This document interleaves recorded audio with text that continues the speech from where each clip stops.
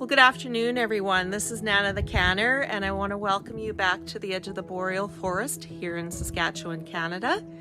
Today is March 11th, 2024, and it is 1:30 in the afternoon, and the sun is out, and it's bright. And right now, it is 10 degrees Celsius. That's plus 10 degrees Celsius. And for us here in Saskatchewan, that's quite unusual to have such warm weather. In March. You can see here, I don't know if you can hear it or not, but the water is dripping off of the roof, and you can see, especially from my last video, that the massive amount of snow we got in that winter storm last week is beginning to melt and is gone in many areas.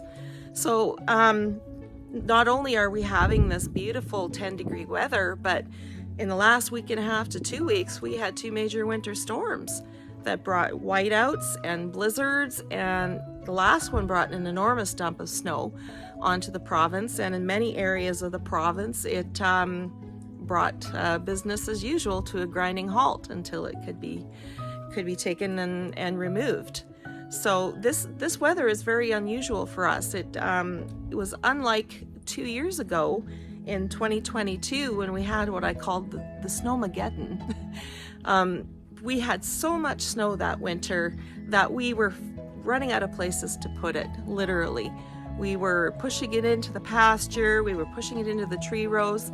Really, by the middle of March that year, we had no place else to put it other than just to start piling it up in the middle of the yard.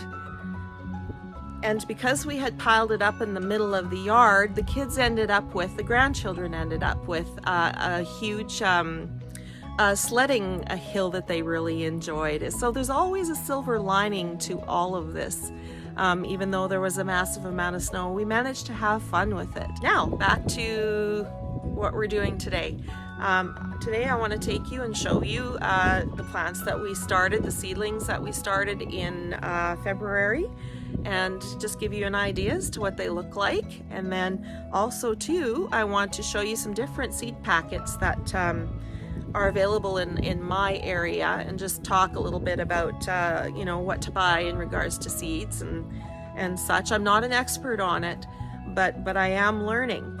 But I'll show you what's available in our area, and then I'm hoping to start the bulk of my plant the bulk of my tomato seeds today.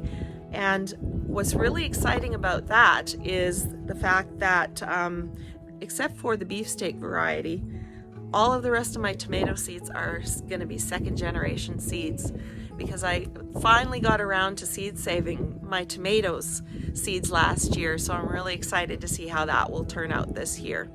So without further ado, we're going to go back inside and I will show you what I have, and we're going to get started.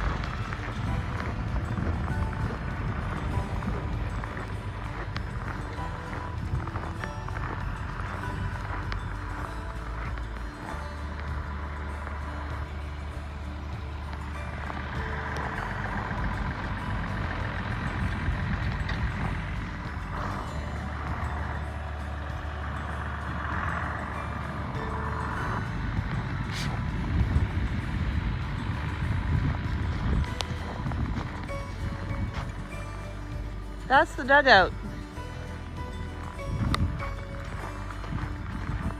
This is the entrance to the pasture.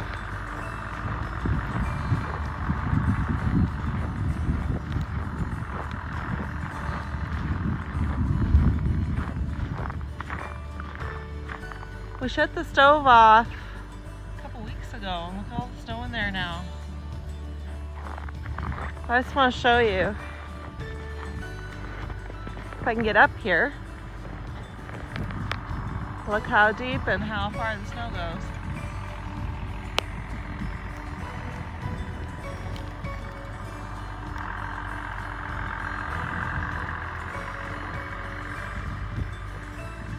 There's a ton of snow, guys.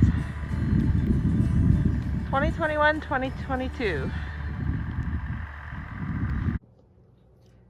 Okay, I just wanted to show you the different companies that are selling seeds in our area. That would be, you know, you walk into your local co-op hardware store, or even a Canadian Tire store. These are some of the stores we have here in Canada. Any typical hardware store that would sell, you know, garden supplies. And also too, I have a packet here from Early's Farm and Garden, and that is in Saskatoon, Saskatchewan, and I can actually order that from online. So we'll start with that. So Early's Farm and Garden, when we talk about selecting seeds, you want to select seeds that are from your area, are hardy to your area, harvested in your area. So for me, definitely it would have to be Canada seed, or even Western Canada, or even better, Saskatchewan, Alberta, Manitoba seeds. So Early's Farm and Garden, they do sell Canada #1 seed. They do have lot numbers on some of their packages, but they don't have germination rate.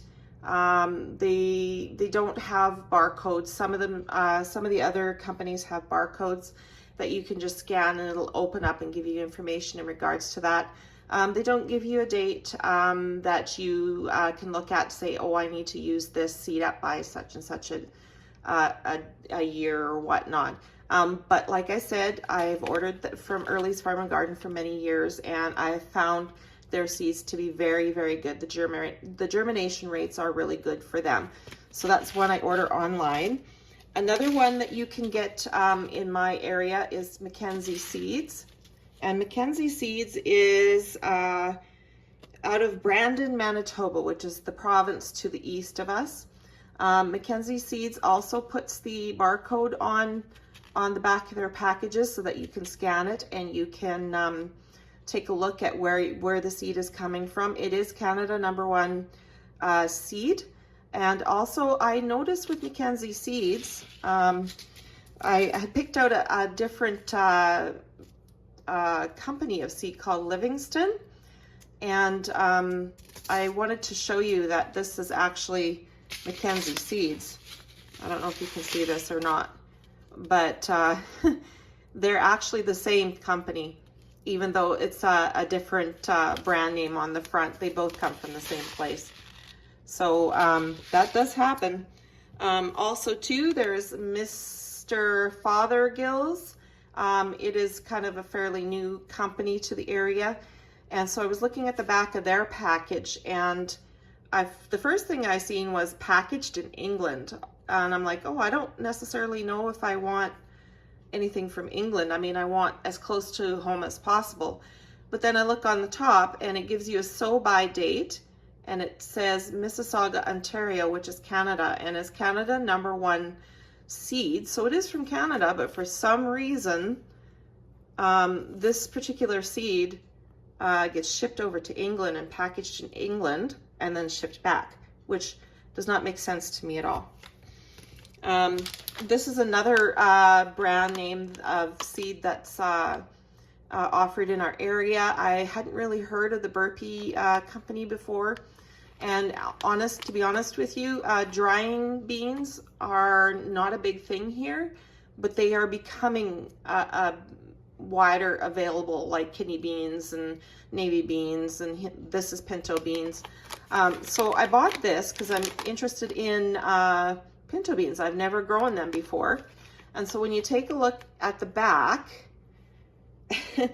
so you have, it says Canada #1 down in the corner here, but then packed for 2024, sell by 11/24, and the origin says USA. So that does not make any sense to me, not whatsoever. Like, that is kind of contradictory. And then you look, and there's a tiny, tiny little address there that says Warminster, PA. So was this Canada #1 seed packaged in the US and then sent back to Canada? I'm not exactly sure, but we're going to try that out anyways. West Coast seeds. I think as far as information wise, they are the best. I haven't sown their seeds before, but you can see on it, it says Canada #1 seed. It's got a germination rate. It gives you approximately how many seeds are in each package.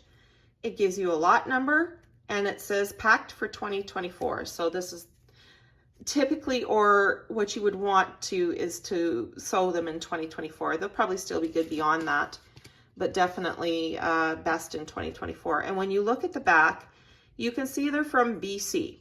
So that's still in Canada, but that's on the West Coast. So, I mean, we're going to try them all.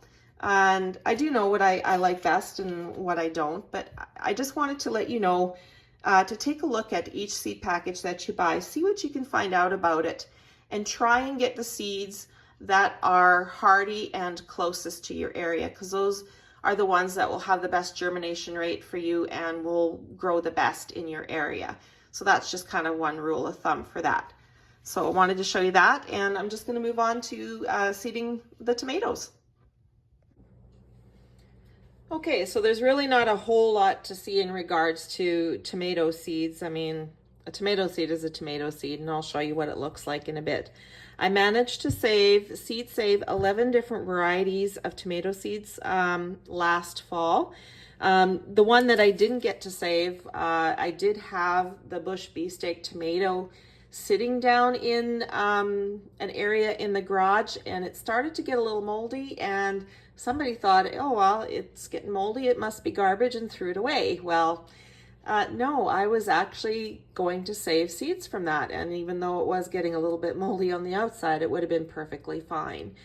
But so I did have to order this seed, but this is a bush beefsteak tomato. This is quite a large, round, hearty tomato, and it's a big slicing tomato. You can use it on burgers and all kinds of stuff. It's a huge producer, and actually I've had like maybe 1.5 tomatoes fill a pint-sized jar for canning tomatoes at one point. Another one that I see saved from last year is the Tiny Tim tomato seeds. That is kind of like a small cherry tomato, and that's basically the only one I grow. It's a determinant, and I will tell you what indeterminate and determinate plants are shortly here. So these are cherry tomatoes. I planted and seed saved 3 kinds of paste tomatoes, and one is the Roma tomato. Mamma Mia was another paste tomato, and then we have the Sans Marzano, and they're all very good paste tomatoes. I enjoyed each and every one of them. Then you have your standbys. You have the Prairie Pride tomato, which is a medium-sized tomato. Bush Early Girl, it's an earlier variety, and it's mostly a medium-sized tomato. And Manitoba tomatoes are the same. They're an heirloom tomato. There are a few others in this group that are heirloom tomatoes, but this is a really old tomato as far as being an heirloom. And what I really like about the Prairie Pride, Bush Early Girl, and Manitoba is they end up being the perfect size for canning. Like you can actually just put them whole into the jars. Another interesting one that I had tried a couple years in a row was the Oxheart tomato, and it really is what it says. It's shaped in the shape of a heart, and they are very hardy tomato with a lot of flesh inside. And then just a couple others that I had wanted to try that I really liked was one called the Mortgage Lifter tomato and Mountain Merit tomato, both equally good. And then this one was really interesting. This one's called Long Keeper. And I had never planted that one before. And the reason why I did is because they say it keeps for a long time. Well, instead of going from the green right over to kind of the orangey red, it goes from green to yellow and then a light pinkish hue. And I was wondering if it was ever going to change. But it's a very light pinkish red is what it ends up being. And it kept right until like Christmas time. I had some of these. So, you know, you could have fresh tomatoes in your salads and whatnot, even up to December. So this was a really great tomato from the garden. So now let's talk about determinate and indeterminate. Determinate plants are those that only grow so large. In particular for a tomato plant, if a tomato plant is determinate, it will only grow so large and then it will stop. An indeterminate tomato plant, you need to stake them and have like a trellis or something for them to grow up on, because the word indeterminate, basically for me to explain, would be that it would continue to grow upwards and out. So it spreads more. And the reason why I don't plant indeterminates is because I have a lot of space to work with, and I can plant the determinate plant. And for the most part, I don't even put cages around them because they only grow so big. And we do have a bit of a rock issue in our garden, so it's hard sometimes to push those cages in areas. So you can plant either indeterminate tomatoes or you can plant determinate tomatoes. Everything you're going to see me plant on my farm will be determinate tomatoes because I have the space to plant them. I can spread them out. They don't need to grow upwards. So just wanted to make that clear that these are all determinates. All right, so we're gonna start planting the tomato seeds. I have the trays with the cell packs in them, and I use potting soil. And the reason why I use potting soil is because it's hit and miss to get the seed starter soil in our community, and the potting soil is more readily available, and I have good luck with it, so I continue to use it, and it is cheaper. So I won't go through every single tomato seed that I have seed saved, like as far as the varieties are, but I just want to show you what most people know what a tomato seed looks like. But if you have never seen them out of the tomato, that's what they look like. And so I'm hoping to plant a significant amount. I'm thinking 6 trays in total, and the reason why I do 6 trays or do a large amount of tomato plants is because it takes a lot of tomatoes to actually produce things that I make. If you're looking just for fresh tomatoes, I mean, that's certainly fine. You only need a few plants. But I go the extra mile with my tomatoes. Not only do I just can like whole tomatoes or diced tomatoes, I'm making pizza sauce, I'm making pasta sauce. I even have an amazing ketchup recipe that I have kind of honed to what I like, and I make an enormous amount of salsa. We go through tons of salsa. So for me, planting an enormous amount of tomato seeds and having enough seedlings to put in the garden is a huge issue.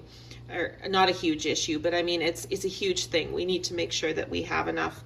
Also too, I like to have some for backup as well, because if we happen to put it in a little too early, we kind of roll the dice and put it in a little too early. Sometimes we get frost the beginning of June and voila, your seedlings are gone. So I always have lots of backup ready to go in, just in case we do get that late frost happening. So I'm going to go ahead and I'm going to plant the trays of seeds, and I will show you them all when I'm done.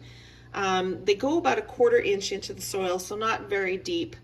And then I just cover them up with the soil, and then I'll put a little bit of water in the bottom of the tray and put the humidity dome on, and then I will show you what they look like when I'm all done.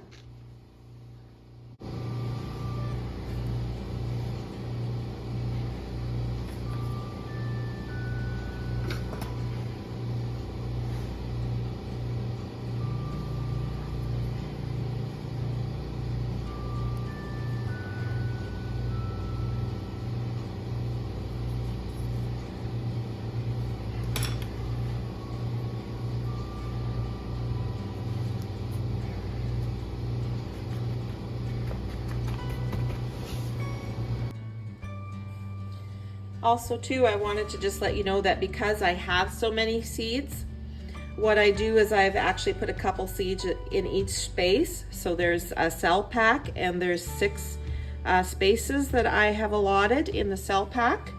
And then with the 1/4 inch depth, I've put 2 seeds in each one, so that if one doesn't germinate, there's a chance that the other one will. If we end up with two seedlings that come out, then we just thin the weaker one out, so that we make sure that, you know, that the cell packs are full and there's no spaces in it.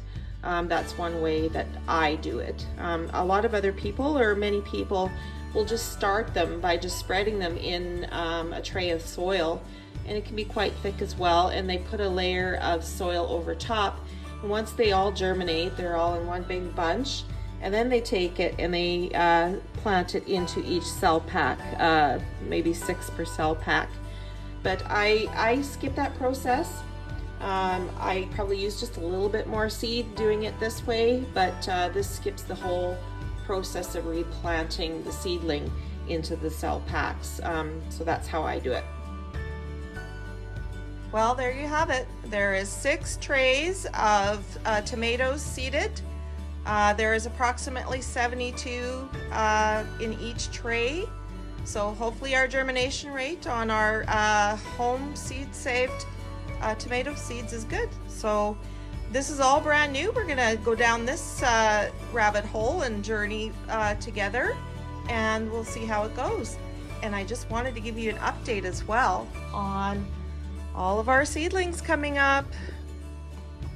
Okay, so if you watched one of my previous videos in my Let's Grow series, you will see, you will know that I planted pepper seeds and onion seeds and basil, oregano, parsley, celery, leeks, some asparagus. So this is, they're still coming up. The germination rate is pretty good. I'm really pleased with it. We have the 2 trays of pepper seedlings. I'll just let you get a good close look there. Yeah, they're looking very healthy. We also have some onion seeds down here, onion seedlings, and the onion Patterson came really well, but I'm not very impressed with the onion Talon. The germination rate wasn't that great on it, so I don't know if it was seed that they gave me from the previous year. I'm not quite sure, but I never put all my eggs in one basket, so to speak. I always make sure that I have different varieties on the go, just in case that does happen. So these onion seedlings are doing really good. There's one row of the Kelsey Sweet there that I'm wondering if my granddaughter missed a few when we were planting, but for the most part, this tray came very well. And then we come up to the celery. We have the 3 different kinds of celery. The leeks, they came fairly good. Some asparagus on the end here. And then I'm really pleased with the parsley and the basil and the oregano. Oregano starts really tiny. This is what oregano seedlings look like. Hopefully it'll focus in for you. They're very, very tiny, and that's why I plant them in clusters, because the seeds are so tiny. The sweet basil, we have a couple in each spot there. You can see they're like twins. I'll probably either plant them that way or just thin out the weaker one. But I just wanted to show you as well how we're coming along with the seeds that we had already planted. All right, well, that's a great afternoon, and thank you for joining me.